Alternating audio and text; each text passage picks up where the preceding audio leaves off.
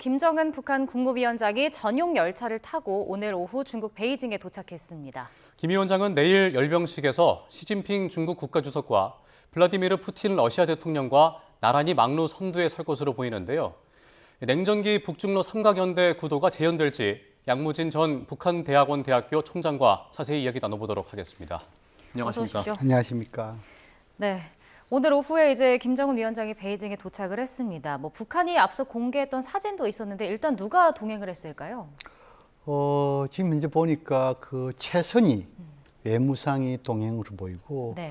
그 다음에 아마 그 당 국제부장을 맡고 있는 김성남, 이 사람도 동행했고, 지금 현재 아마 어전이라든지 또 선전선동 이런 것과 관련된 일종의 김정은 위원장의 그 선전 활동과 관계돼 있죠. 네. hen성을 또 동행했고, 지금 이제 김여정은 네. 과거에 김정은 위원장의 동생이죠. 김여정은 과거 이 남북 정상회담이라든지 또 이 북미 그리고 이 북러 뭐 이런 그 정상회담에서 꼭 참석한 사례이기 때문에 예. 김여정 또 이번에 동행했지 않을까 저는 그렇게 분석을 합니다. 예.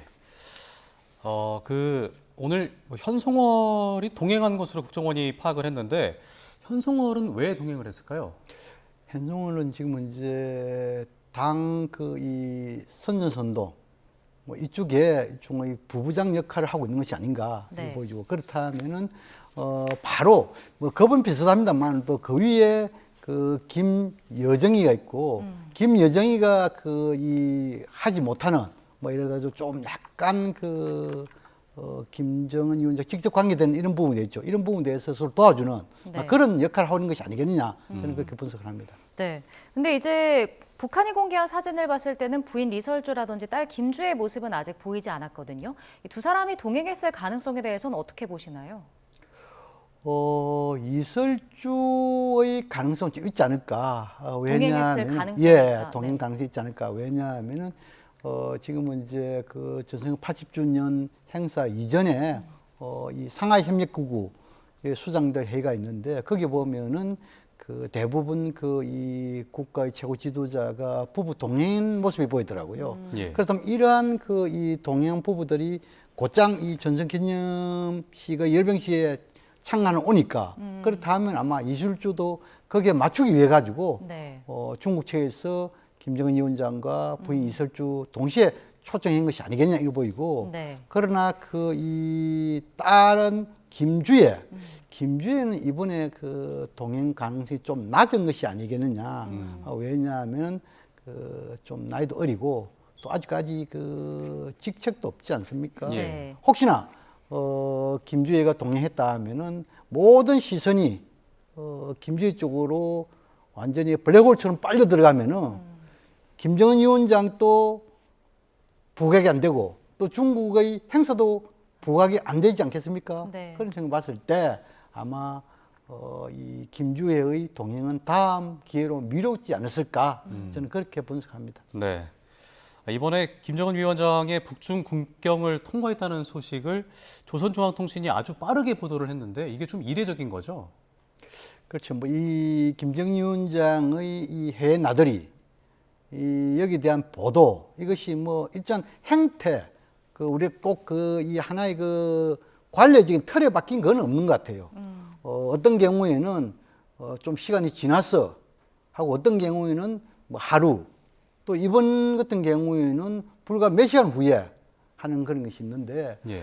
만약에 예를 들어 몇 시간 후에 이렇게 알렸다라고 하는 것은 아마 그 김정은 위원장이 이번 행사에 대한 관심도를 더욱더 높이기 위한, 그 소위 말해서 자신이 참석하는 행사, 이 관심도겠죠. 높이는 있고, 두 번째로는 그 북한 국내에 주민들에게 얼마 전에는 소위 말해서 이 그 한경도 낙원 소위 말해서 양식 사업소 네. 방문하고, 또 거기 갔다 오고 난 뒤에 무슨 미사일 지금 이제 연구소 가고, 이만큼 김정은 위원장은 국가안보와 그 이 민생경제 여기서 밤낮으로 일을 하고, 또 거기에서 텀을 내 가지고 해외 가서까지 또 국가 이익을 위해서 노력한다.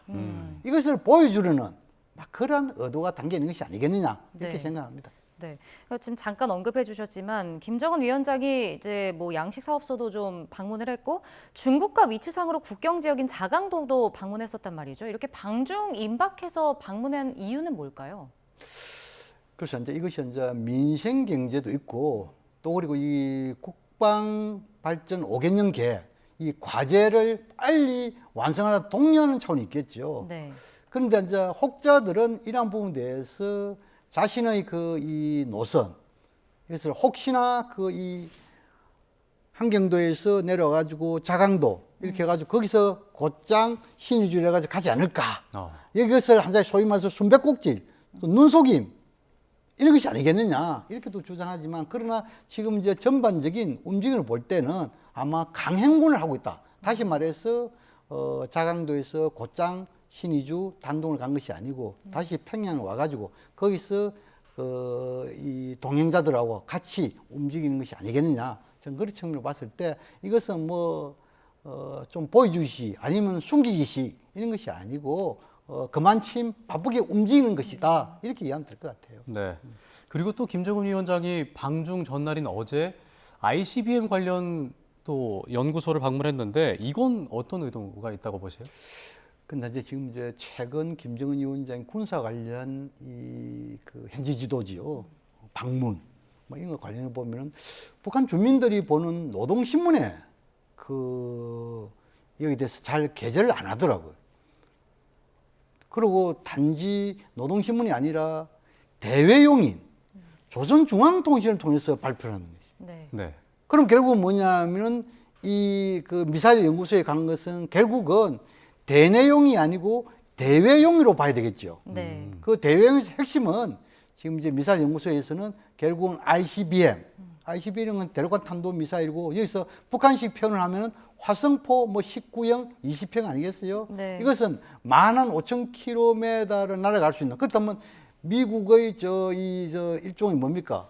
본토뿐만 아니고 그 동부까지 다 날아가는 그런 사거리 있는 거 아니겠습니까? 예. 이것은 결국 뭐냐 하면은 미국은 핵 보유 국가로서 미국에게 좀 압박하는 행위.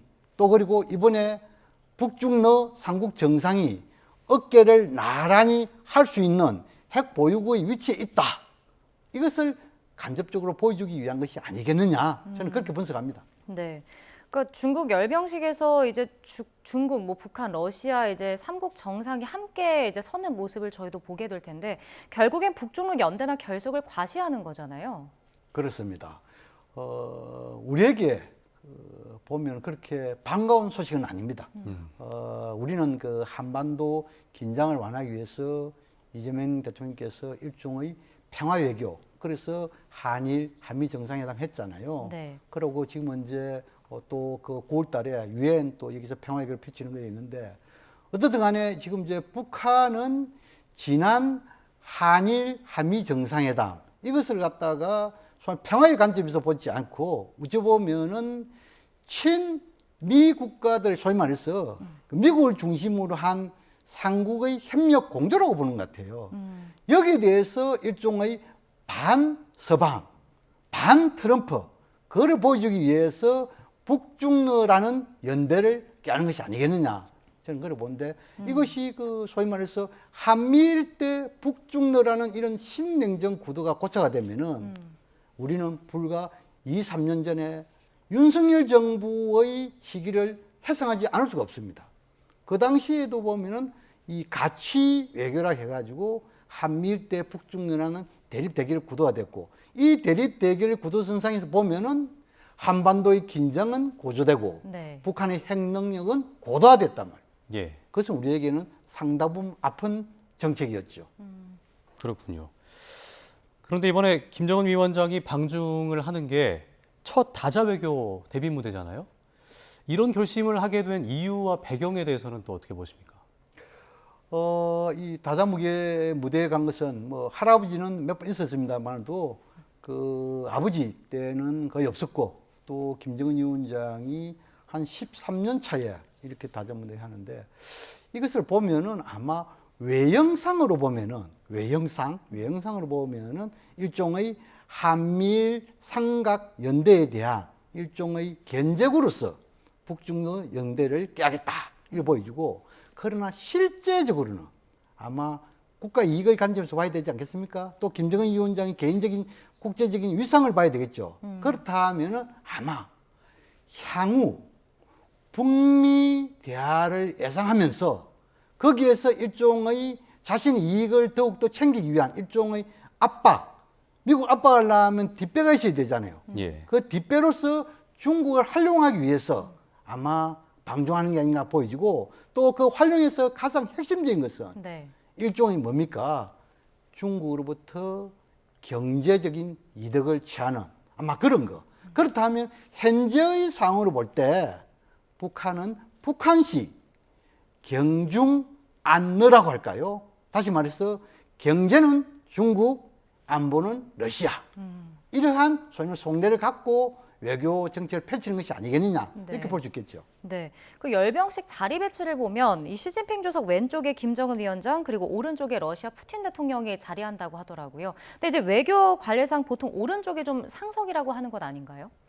그렇죠. 뭐 이제 예를 들어 가지고 뭐 우리가 오른팔 왼팔 하면 오른쪽 먼저 가고 이렇게 하면 뭐 시진핑 주석이 볼 때는 푸틴 대통령이 있고 왼쪽에는 뭐 김정은 이 위원장 네. 이렇게 보시는데, 아마 이 중국식 또 국제 관례 보면 항상 우리가 이 정면을 보면은 예를 들어 우리 카메라 보면 반대지만 네. 그러나 실제적으로 보면 오른쪽이 상석이라 봐야 되겠죠. 아마 그런 상석에 푸틴 대통령을 서게 하고 좌측에 이렇게 김정은 위원장이 한다는 것은 결국은 센터 중심은 중국 아니겠어요? 그리고 또 지금 이제 국제사회의 질서에 대해서 강대국이 푸틴 아니겠습니까? 네. 그런 측면을 봤을 때 아마 시진핑 주석 입장에서는 충분히 정치적인 입장을 다 고려해서 그렇게 쉬운 것이 아니냐.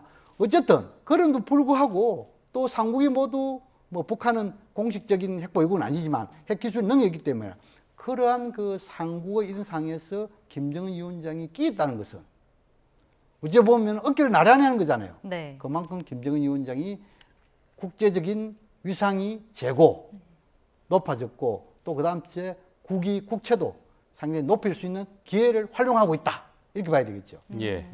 이렇게 뭐 시 주석과 김 위원장 그리고 푸틴 대통령 북중러 정상이 함께 막루 외교를 펼치는 것에 대해서 지금 뭐 중국과 북한의 입장을 말씀을 해주셨는데 러시아 입장에서도 이득이 될까요? 그래서 러시아가 지금 현재 러시아 우크라이나 전쟁 상황에서 상당히 고립화되어 있잖아요. 고립화된 상태에서 국제사회에서 일종의 자기 편 이런 것이 필요한 시점 아니겠어요?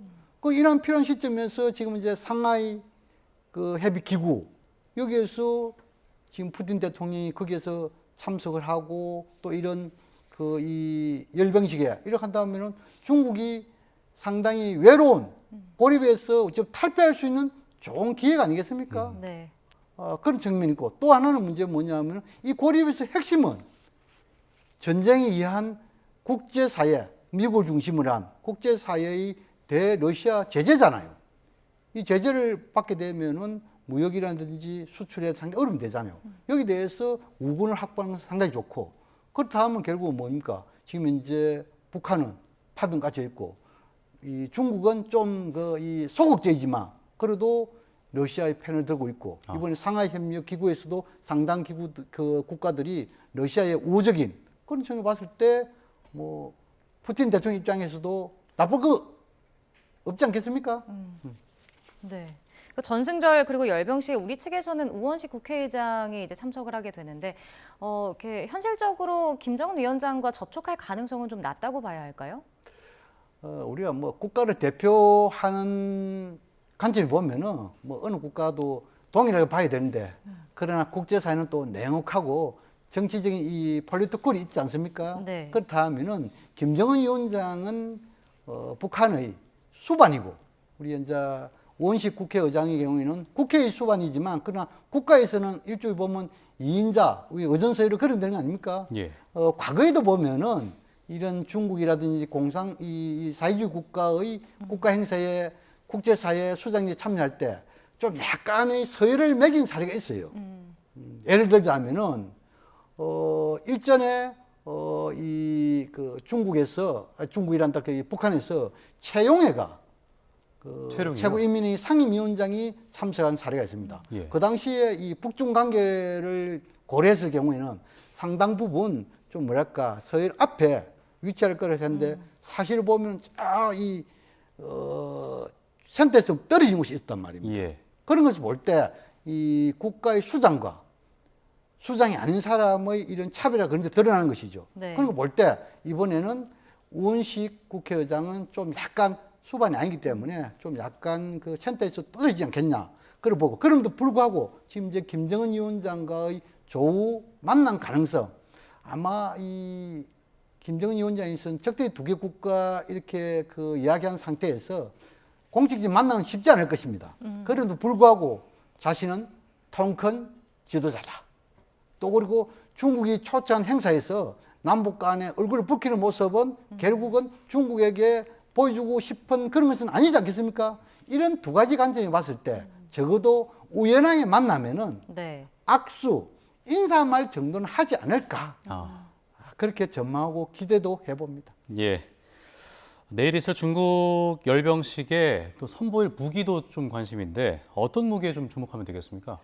그래서 현재 이 열병식이라는 것은 결국은 무기 노출을 통해서 국력을 과시하는 거 아니겠습니까? 지금 현재 중국이 굉장히 공을 들이는 것이 일종의 대륙간 탄도 미사일 한 15,000km 사정거리를 둔 그러니까 우리가 보통 둥펑이라 그러지요. 예. 둥펑 무슨 41이라든지 둥펑 100이라든지 이것은 뭐냐 하면은 한 개의 탄도만 있는 것이 아니고 다 탄도를 해가지고 거기에 그 핵무기가 여러 발이 장착되는 겁니다.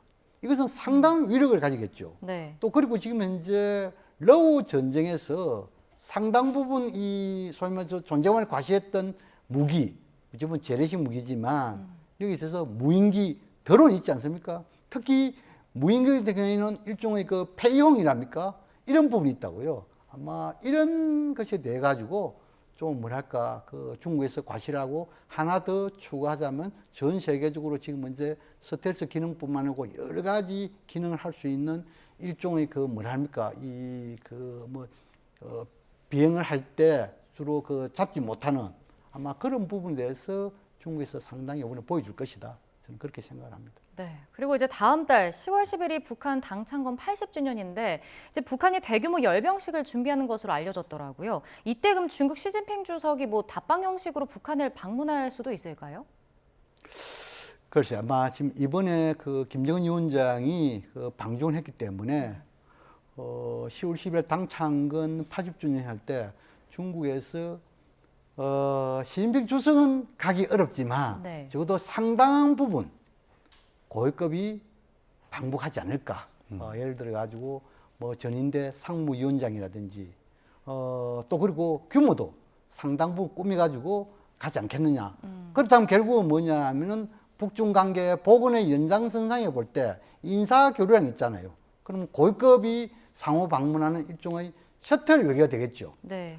그리고 지금 현재 시진핑 주석이 거기에 가는 것이 어려운 것이 지금 유엔 총회 문제도 있고 또 그리고 10월 말에 또 이 에이펙 경주 에이펙 참석 문제지 않습니까? 네. 예. 그래서 아마 시진핑 주석이 자신이 못 가더라도 뭐 이 자신과 그 자신의 뜻을 하는 적어도 고위급이 파견하겠다 이런 부분에 대해서 김정은 위원장이 양해 정도 하지 않을까 그런 생각을 가집니다. 그러면 지금 10월에 있을 경주 에이펙 정상회의에서 북미 정상이 만나는 건 어떻게 보세요? 에이펙 정상회담에서 김정은 위원장을 초청하려면은 김정은 위원장이 상당 부분 이익이 되고 관심을 가는 유인 동기가 있어야 됩니다. 그럼 유인 동기라는 것은 뭡니까? 지금 이제 미국이 트럼프 입장에서는 김정은 위원장이 종용하는 것이 대북 제재를 다 해제하는 거 아니겠어요? 또 한국 입장에서 북한에게 예를 들어 북한이 요구하는 것은 적대적 두 개국과 한국이 호응해라 할 수 있겠습니까? 그럼 유인 동의 없고 또 과거에 2019년도로 생각합니다만 또 그 당시 문재인 정부 시기에 한 아시안 정상회의라는 것이 열렸습니다. 그때 문재인 정부가 김정은 위원장을 초청하기 위해서 굉장히 노력했습니다. 근데 김정은 위원장이 오지 않았어요. 그때 어떤 험한 말이 있었냐면은 남측이 계속 김정은 위원장 자신을 가지고 홍보, 선전을 활용하고 있다. 그래서 오히려 남북관계가 안 좋은 상황이 있어요.